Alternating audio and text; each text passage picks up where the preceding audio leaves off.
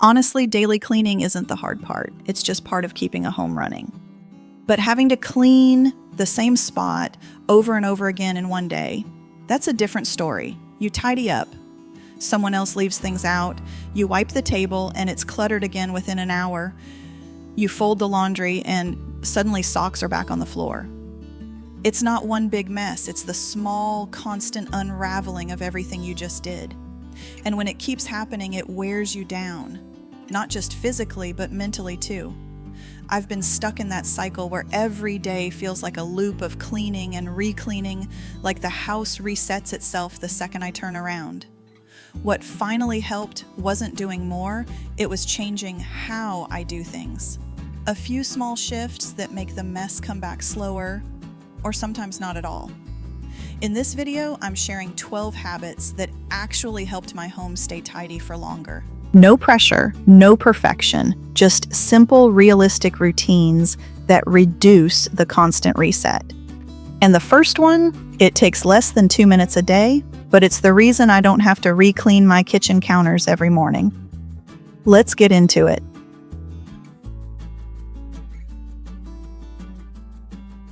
Number 1, we're starting with something tiny.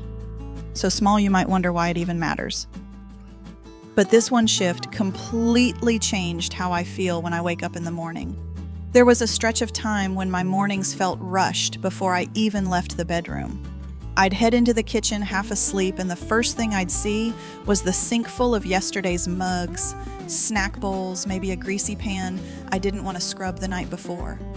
And something about that image, right at the start of the day, made me feel like I was already behind. I hadn't even made coffee yet, and my brain was already adding tasks to the list.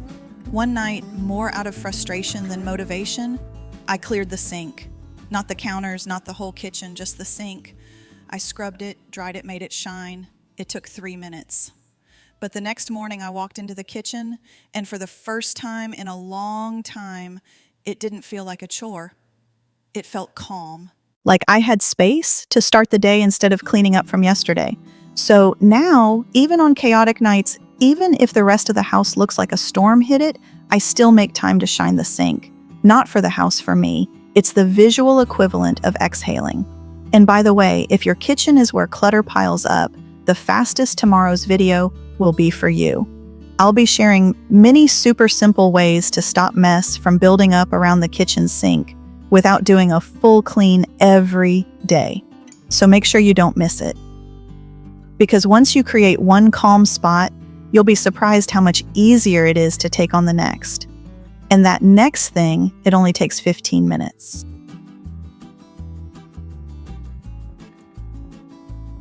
There's a moment that hits, usually sometime mid-afternoon, where you look around the house and feel completely out of energy, but somehow everything still needs attention. The kitchen table is covered in paper. The laundry's still waiting, and you don't even know where to start. So you don't. You sigh. Maybe scroll your phone a little. Tell yourself, I'll get to it tomorrow. I lived in that pattern for years, not because I didn't care, but because the mess felt bigger than my capacity.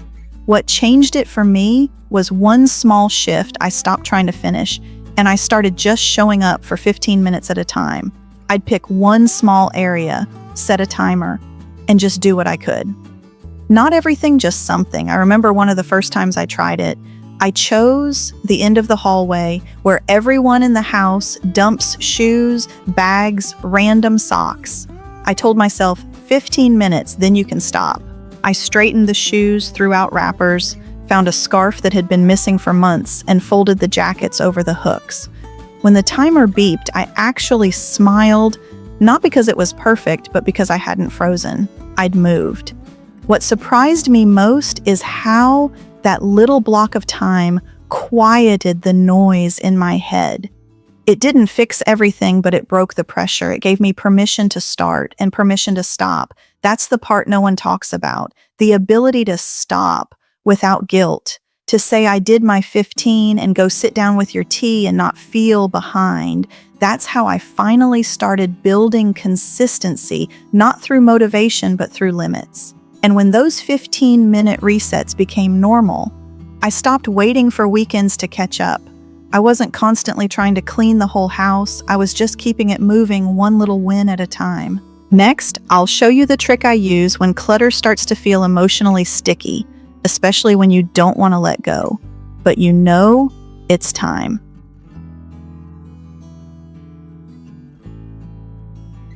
There's a kind of clutter that doesn't look messy, but still makes your space feel heavy. It's the drawer full of just-in-case items, the shelf of half-used products you never liked, the pile of clothes that don't fit but still hang there reminding you of the version of yourself you used to be or wish you were. I used to think I needed to organize all of that, fold it better, buy more containers, pretend I was starring in a home makeover show. But the truth is, no amount of folding will make you love a shirt that itches or jeans that cut off your circulation. And no amount of pretty bins can fix the guilt of keeping things you don't even like. One weekend, I gave myself a dare, no logic, no mercy, just grab a bag and let go of 27 things. I put on music, set a timer, and started with the bathroom. Goodbye crusty lip balm from 2018. Farewell face mask that made me break out like a teenager. Then I moved to the closet shoes that hurt just looking at them, pants that haven't fit since a different presidency, and that handbag I never used because the zipper always jammed. Gone. What surprised me wasn't how much I let go of it, was how easy it felt once I stopped trying to be reasonable about it. I didn't stand there holding an old t-shirt whispering, "Does this spark joy?" I was like, "Does this do anything except haunt me?" No, bye. And when I closed that drawer, fully closed it for the first time in months, I swear I felt 10 pounds lighter. Not because of what I tossed, but because I stopped arguing with myself about it. The best part, once that shelf was clear, it made something else obvious. Some spots in the house don't stay tidy, no matter how often you clear them. They keep pulling clutter back in like magnets for mess. And figuring out why made all the difference.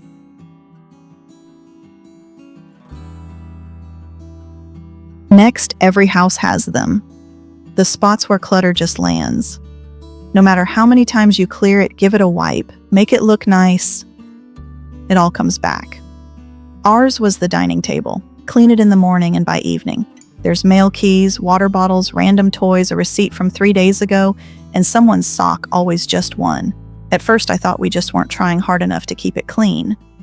But the truth hit me one day when I was putting the same pile of mail into the same drawer for the 5th time in a week. The clutter wasn't the problem. The problem was none of that stuff had a real home. It didn't have a place to go, so it went to the easiest surface available. And once I saw it that way, the solution became clearer. Instead of yelling, "Put your stuff away," which, let's be honest, usually meant hide it somewhere. I don't have to look at it. I started asking, where does this actually belong? Do the keys have a hook? Does the mail have a tray? Does the sock have a buddy? Or is it time to let go? So I made little stations. A key tray near the door, a box for mail we actually need to deal with, a donation bag in the hallway closet for lonely socks and random outgrown bits. None of it was fancy, but it worked. Because when stuff has a home, it stops wandering. And the surfaces, the ones that used to get cluttered every single day, actually stayed clear. Not perfect, not sterile, but clear enough to breathe. And once you have fewer piles building up, it gets way easier to keep your space calm, especially if you build in one small reset before the day ends.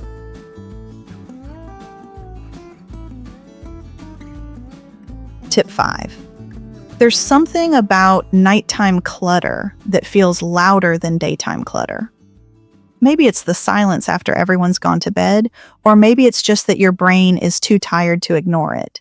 Either way, I used to end my days surrounded by dishes in the sink, shoes in the hallway, and a couch that looked like a laundry basket exploded. I'd think I'll deal with it tomorrow, and then fall asleep, already anxious about the mess I was going to wake up to. Eventually, I started doing what I now call my reset round.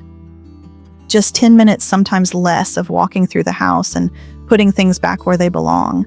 I don't try to clean everything. I just scoop up the obvious stuff: cups, wrappers, phone chargers, a towel on the floor, mail that never made it to the basket. I fluff the pillows, straighten the rug, close the cupboard doors someone left open. None of it is about being tidy for the sake of appearances. It's about giving myself and my space a small act of care before the day ends. The best part, it actually makes the next morning feel doable. Instead of walking into a room and feeling defeated before the day even begins, I get to start fresh. There's less noise, fewer decisions, and more space to breathe. And that feeling of waking up and not having to clean just to think has been one of the biggest mental shifts for me. Some nights I skip it, life happens. But when I do it even halfway, I go to bed with a clearer head. It's like telling yourself, you've got this, tomorrow won't be a fight. And those nights, somehow I sleep better too. And speaking of fighting, let's talk about a habit that saved me from arguing with my closet every morning. Free.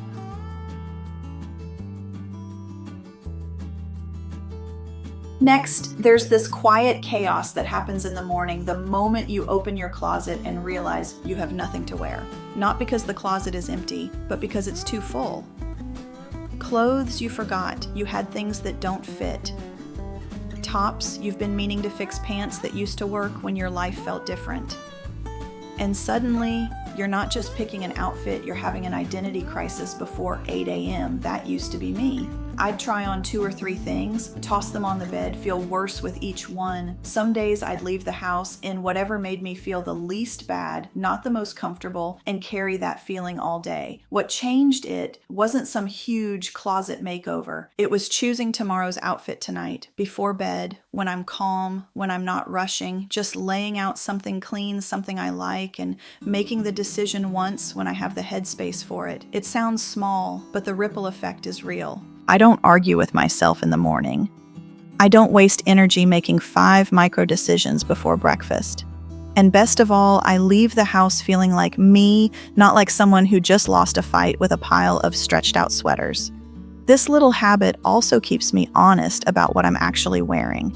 If I keep skipping over the same shirts night after night, that's a clue. Maybe it's time to let them go.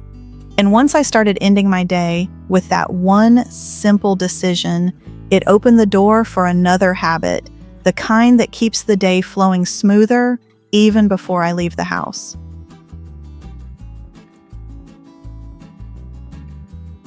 Tip 7. Some mornings just unravel before they even begin. One sock is missing, the lunchbox lid doesn't fit, the dog needs to be let out, and somehow the coffee grounds are empty. It's like the universe decided to test your patience before 7 a.m. I used to think I just needed to get up earlier, but waking up earlier didn't help if I was still waking up into chaos. What actually changed things was building in a 3-minute reset right after I got dressed. Not a full cleaning spree, just a quick look around the bathroom and bedroom and resetting what I could. Wipe the sink, hang up the towel, toss yesterday's clothes in the hamper, straighten the blanket, put the hairbrush back where it belongs. Sometimes I even open the window for 10 seconds just to shift the air. That tiny blast of fresh air does more for my mood than any self-help book ever did. It's simple, but it does 2 things. 1, it keeps those little messes from turning into how did this room get like this by the end of the week. And 2, it gives me the tiniest feeling of control, like I've already done something even before the day has fully started. And that feeling isn't just practical, it's emotional. It makes me less snappy, less frantic. It gives my morning rhythm a softer landing.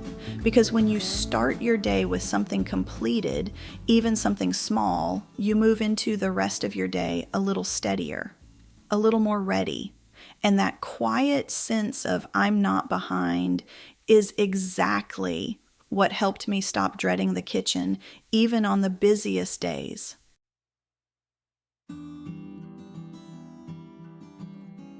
The after-dinner mess used to feel like a second shift.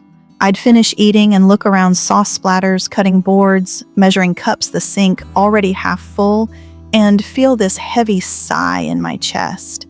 The kind where you just want to walk away and pretend the kitchen isn't your problem. But what I didn't realize for the longest time was how many minutes I was already spending in the kitchen waiting. Waiting for water to boil, for rice to cook, for the oven to beep. I used to scroll my phone during those moments, or stand there zoning out. Nothing wrong with that, we all need a break. But when I started using just a few of those minutes to reset the space while I cooked, everything changed. Now, while the soup simmers, I wipe the counters. While the pasta's boiling, I put utensils in the dishwasher. While something's baking, I throw out empty packaging or quickly rinse the cutting board. I don't aim to finish everything before the meal, I just clear the runway a little. And here's the real gift after dinner, there's almost nothing left to face. No mountain of mess waiting to ruin the evening mood. Just a plate or two, a pot, maybe a glass. I've even had nights where the kitchen was already clean before I sat down to eat. Not because I tried harder, but because I timed it differently. There's something incredibly satisfying about finishing a meal and realizing the kitchen isn't another job waiting for you. It feels like getting your evening back. And that small shift, reclaiming that mental space, after dinner gave me room to notice another quiet culprit in my clutter, the things that don't actually belong anywhere.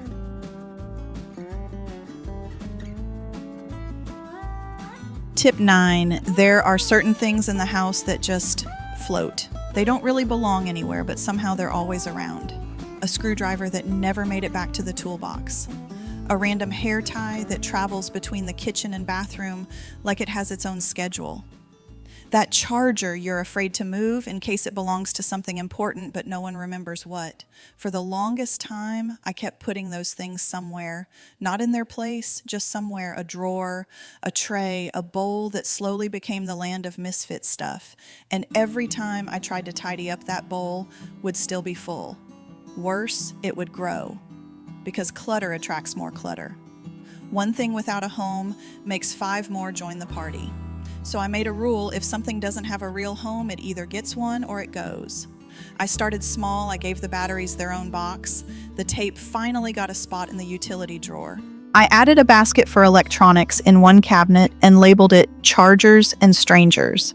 And for the things I didn't know what to do with, I gave myself permission to toss them, donate them, or ask, do we even use this? It wasn't about being ruthless, it was about breaking the cycle. Because every single item you don't assign a place to becomes another surface you'll have to clear later. And every time you move it from one random corner to another, you're spending energy you don't have.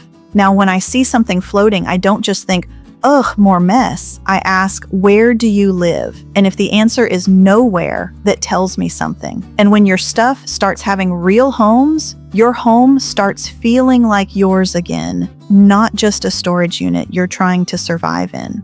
Which is why the next habit surprised me. It wasn't about stuff at all. It was about stopping the mess before it even started.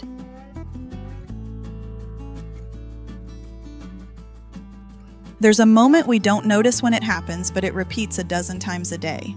You walk in the door, shoes in one hand, mail in the other, water bottle tucked under your arm. You could take 20 more seconds to put them where they belong, but your hands are full, your brain is somewhere else, and the nearest surface is right there. So you set it down, just for now. And then you forget, and it stays there. And then something joins it, keys, sunglasses, a wrapper, a snack someone didn't finish. By the end of the day, just for now has become a full-blown clutter corner, and you're wondering how the mess happened again. This used to be my daily cycle. I wasn't messy on purpose. I was just tired, distracted, trying to juggle too many things. But once I noticed the pattern, I started catching myself in the moment. Instead of setting things down for now, I asked myself, can I take the extra 30 seconds to finish this, hang up the bag, instead of dropping it on a chair? Toss the mail I don't need and file the rest. Bring the water bottle to the sink, not just to the counter. Tiny moves, yes.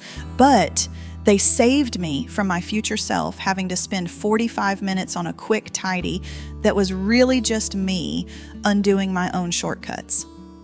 And here's the wild part. The more I practiced this, the more automatic it became. It's like I rewired that pause, the one where I used to say, I'll put it away later, into a new habit, one that saves time, space, and mental load. Because the more things end up where they belong right away, the fewer piles you have to deal with later. And the fewer piles you have, the more your home starts to feel settled. And that little shift It's what made me rethink how much stuff I actually needed out in the open in the first place.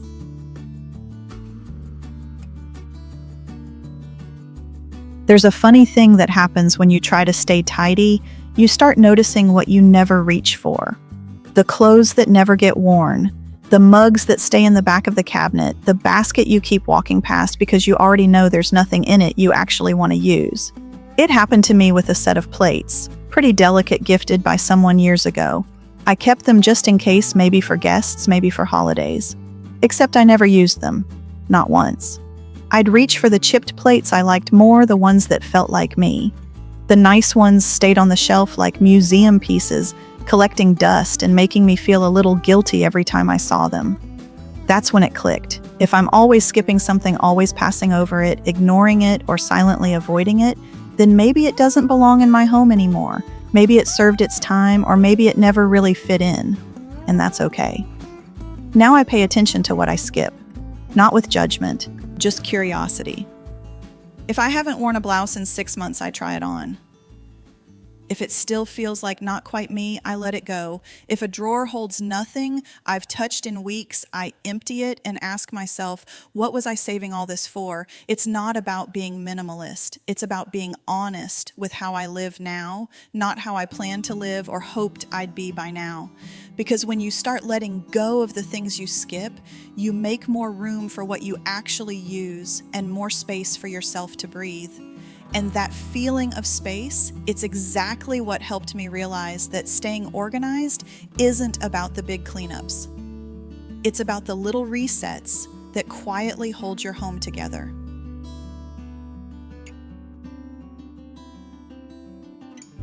There were so many times I tried to build the perfect routine, the one where every room stayed tidy, every system clicked into place, and I'd finally feel like I had it together. I'd print checklists, write plans, label boxes, and then life would laugh in my face. A kid would get sick, I'd be too tired, the laundry would pile up anyway, and I'd feel like I had failed. Again. What I didn't realize back then was that I didn't need a perfect routine. I just needed a rhythm I could return to. Now, instead of trying to do every habit every day, I let the rhythm guide me. Some weeks I shine the sink every night. Other weeks it's just once, but I still come back to it. Some nights I reset the living room. Some mornings I forget to make the bed. But the point isn't to never fall off. It's to always find your way back. That shift from I must do everything to I know how to restart has made all the difference. Because keeping a home isn't about control, it's about care. It's about creating a space that feels lived in, not perfect. A space that forgives you when life gets messy and welcomes you back when you're ready to reset. And the more you lean into rhythm over routine, the more your home starts to feel like an ally, not a burden, something that moves with you instead of something you're constantly trying to catch up with.